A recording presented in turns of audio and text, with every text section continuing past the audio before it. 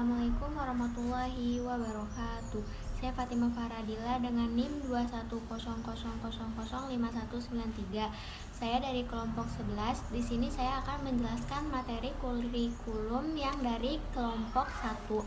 Kurikulum adalah seperangkat rencana dan pengetahuan mengenai isi dan bahan pelajaran penyelenggaraan kegiatan pembelajaran untuk mencapai tujuan pendidikan tertentu. Peranan kurikulum itu ada 3. 1. Peranan konservatif. Yang kedua, peranan kreatif. Yang ketiga, peranan kritis dan evaluatif. Tujuan kurikulum itu untuk menyesuaikan pendidikan dengan perubahan sosial dan pengetahuan sebelumnya tidak diketahui. Dan ada pula fungsi kurikulum itu sebagai sarana untuk mengukur kemampuan diri dan konsumsi pendidikan dengan pengejaran target-target yang membuat peserta didik dapat mudah memahami berbagai materi ataupun melaksanakan proses pembelajaran setiap harinya dengan mudah. Ada pula kedudukan kurikulum. Yang pertama, kurikulum bertujuan sebagai pedoman atau sebagai rambu-rambu dalam pelaksanaan proses pembelajaran. Yang kedua, suatu rencana pendidikan.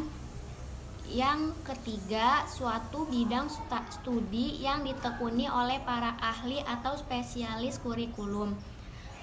Dan ada pula dasar pengembangan kurikulum itu disusun untuk melaksanakan sistem pendidikan nasional, dikembangkan dengan pendekatan berbasis keterampilan. Baik, cukup sekian penjelasan dari saya, kurang lebihnya mohon maaf. Wassalamualaikum warahmatullahi wabarakatuh. Assalamualaikum warahmatullahi wabarakatuh. Perkenalkan, saya Siti Fatmawati dengan NIM 210005187.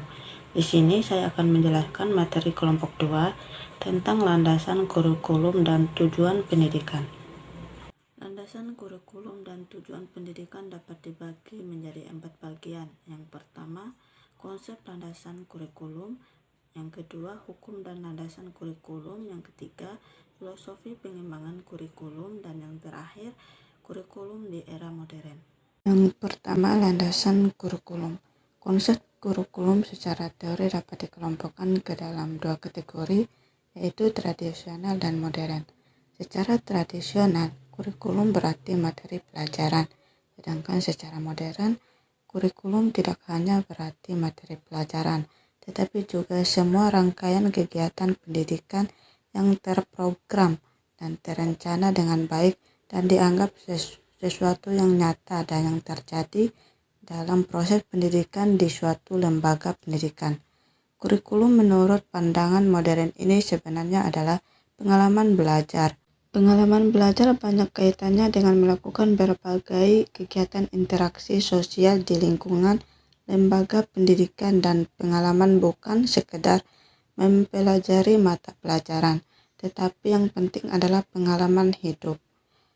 Kurikulum memiliki beberapa komponen, yaitu tujuan, isi atau materi, proses pembelajaran, dan evaluasi. Keempat komponen tersebut saling berkaitan satu sama lain. Tentang urutan komponen kurikulum, para ahli berbeda pendapat.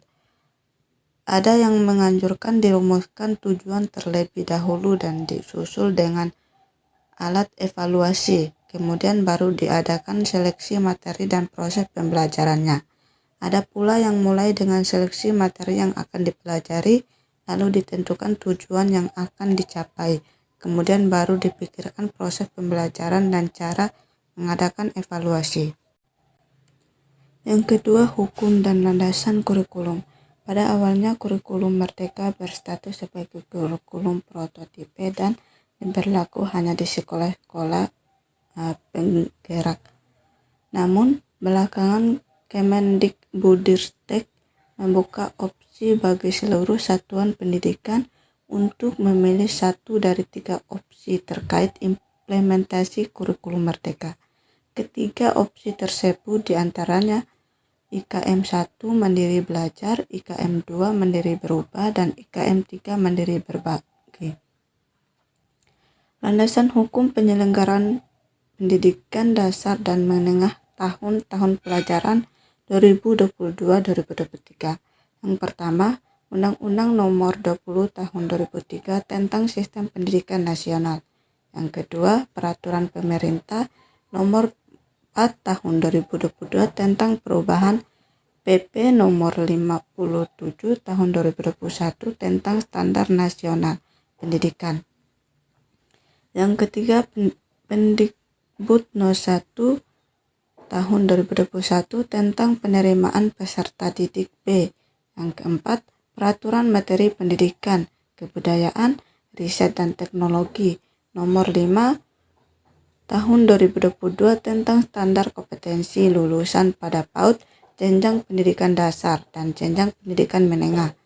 Yang kelima, Peraturan Menteri Pendidikan, Kebudayaan, Riset dan Teknologi Nomor 7 Tahun 2022 tentang standar isi pada pendidikan anak usia dini, jenjang pendidikan dasar dan jenjang pendidikan menengah. Yang keenam, Peraturan Menteri Pendidikan, Kebudayaan, Riset dan Teknologi Nomor 16 Tahun 2022 tentang standar proses pada pendidikan untuk jenjang PAUD, TK, SD, SMP, SMA, atau SMK sederajat. 7. Peraturan Menteri Pendidikan, Kebudayaan, Riset dan Teknologi Nomor 21 Tahun 2022 tentang standar penilaian pendidikan PAUD, TK, SD, SMP, SMA, atau SMK sederajat. 8. Keputusan Menteri Pendidikan, Kebudayaan, Riset dan Teknologi Nomor 56/M/2022 tentang pedoman penerapan kurikulum dalam rangka pemulihan pembelajaran. Terakhir, 9. Melihat daftar landasan hukum penyelenggaraan pendidikan di atas.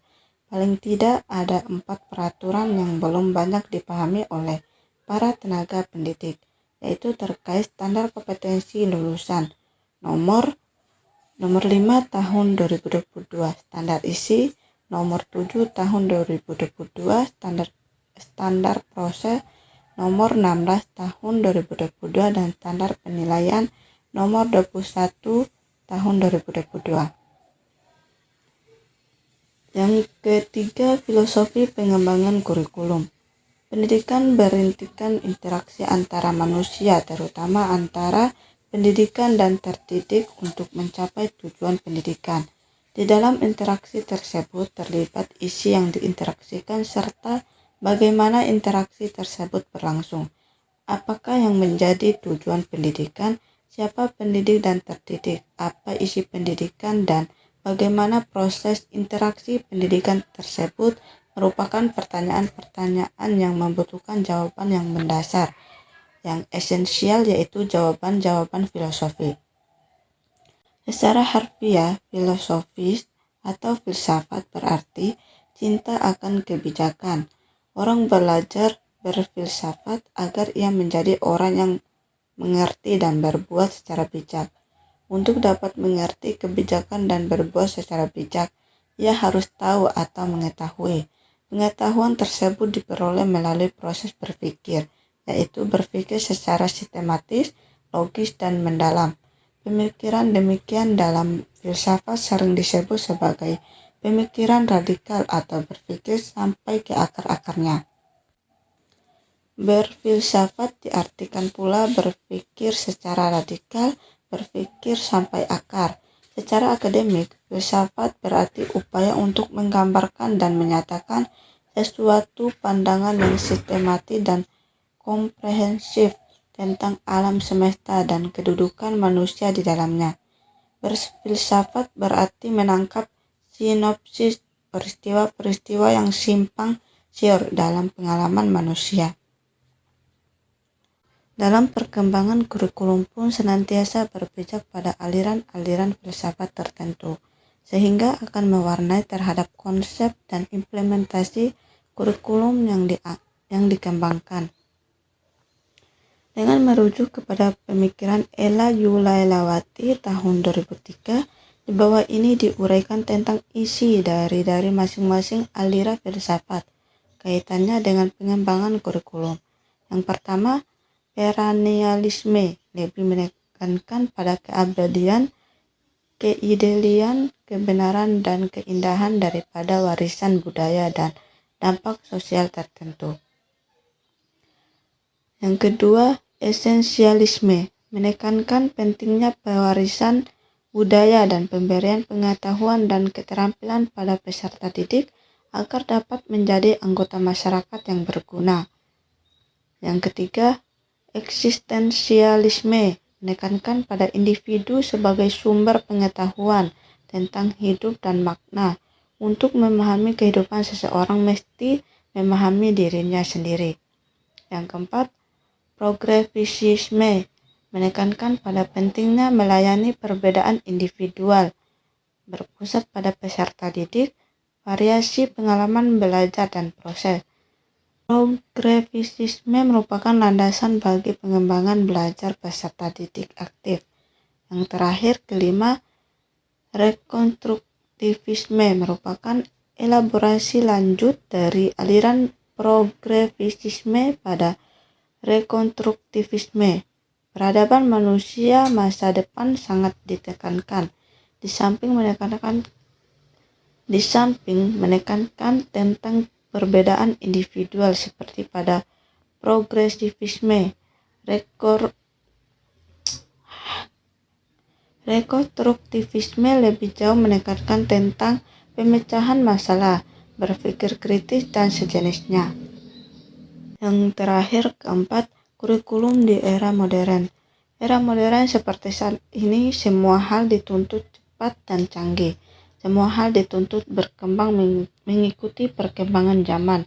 Begitu juga dengan pendidikan di Indonesia yang dianggap harus segera berbenah agar tidak tertinggal dari negara-negara tetangga di Asia Tenggara lainnya. Sekolah-sekolah di Indonesia harus menggunakan teknologi dalam kegiatan belajar mengajar karena sistem konvensional dianggap terlalu membosankan dan tidak sesuai dengan perkembangan peserta didik pada saat ini. Guru dituntut untuk terus berinovasi agar peserta didik tidak jenuh dalam belajar. Namun, guru juga dibebankan pada administrasi sekolah demi menunjang kegiatan belajar mengajar. Pemanfaatan teknologi dapat menunjang sistem pembelajaran dan pada peradministrasian sekolah, seperti efektifnya pembelajaran serta peserta didik dapat memahami materi dengan baik. Menteri Pendidikan dan Kebudayaan Nadiem Makarim menjelaskan bahwa merdeka belajar adalah kemerdekaan berpikir yang esensi utamanya harus ada di guru. Hal ini membuktikan bahwa guru harus dibebaskan dari beban administrasi sekolah yang terlalu berat sehingga dapat fokus mendidik nilai-nilai karakter, moral, dan pengetahuan peserta didik. Guru sangat kurang memanfaatkan perkembangan teknologi dikarenakan kurangnya sarana yang disediakan. Guru hanya mengandalkan buku ajar dan gawai yang digunakan oleh siswa. Tentu harus selalu dalam pengawasan guru yang terbilang cukup efektif namun kurang berinovasi dalam pemanfaatan teknologi di era modern pada saat ini. Mungkin itu saja penjelasan dari saya. Sekian dan terima kasih. Wassalamualaikum warahmatullahi wabarakatuh. Assalamualaikum warahmatullahi wabarakatuh. Perkenalkan, saya Hotmaida dengan NIM 2100052007. Baiklah, saya akan melanjutkan penjelasan dari kelompok saya dan saya sendiri akan menjelaskan bagian dengan judul komponen dan desain kurikulum. Komponen dan desain kurikulum ini terbagi menjadi dua bagian, yaitu komponen kurikulum dan desain kurikulum. Di dalam komponen kurikulum terdapat 4 bagian, yaitu tujuan kurikulum, isi kurikulum, strategi pelaksanaan atau implementasi kurikulum, dan yang terakhir ada evaluasi. Di dalam tujuan kurikulum terdapat beberapa bagian, yaitu konsisten dengan tujuan diantaranya, harus konsisten, berdimensi 2, diidentifikasi secara spesifik, bersifat relevan, realistik, memberi petunjuk pengalaman, bersifat komprehensif dan memenuhi kriteria kepantasan. Selanjutnya ada strategi pelaksanaan atau implementasi kurikulum. Di dalam strategi pelaksanaan ini terdapat 3 pembagian, yaitu pendekatan berpusat pada mata pelajaran, yang kedua pendekatan berpusat pada siswa, dan yang ketiga pendekatan yang berorientasi pada kehidupan bermasyarakat. Selanjutnya ada desain kurikulum. Desain kurikulum ini dibagi menjadi desain kurikulum dan jenis-jenis desain kurikulum. Di dalam desain kurikulum terdapat 4 pembagian, yaitu subjek matter, kompetensi, humanistik, dan rekonstruksi. Sedangkan di jenis-jenis desain kurikulum terdapat 3 pembagian, yaitu subjek desain kurikulum, disiplinis desain kurikulum, dan board file design. Baiklah, sekian yang dapat saya sampaikan. Lebih dan kurang mohon dimaafkan. Billahi taufiq wal hidayah. Wassalamualaikum warahmatullahi wabarakatuh.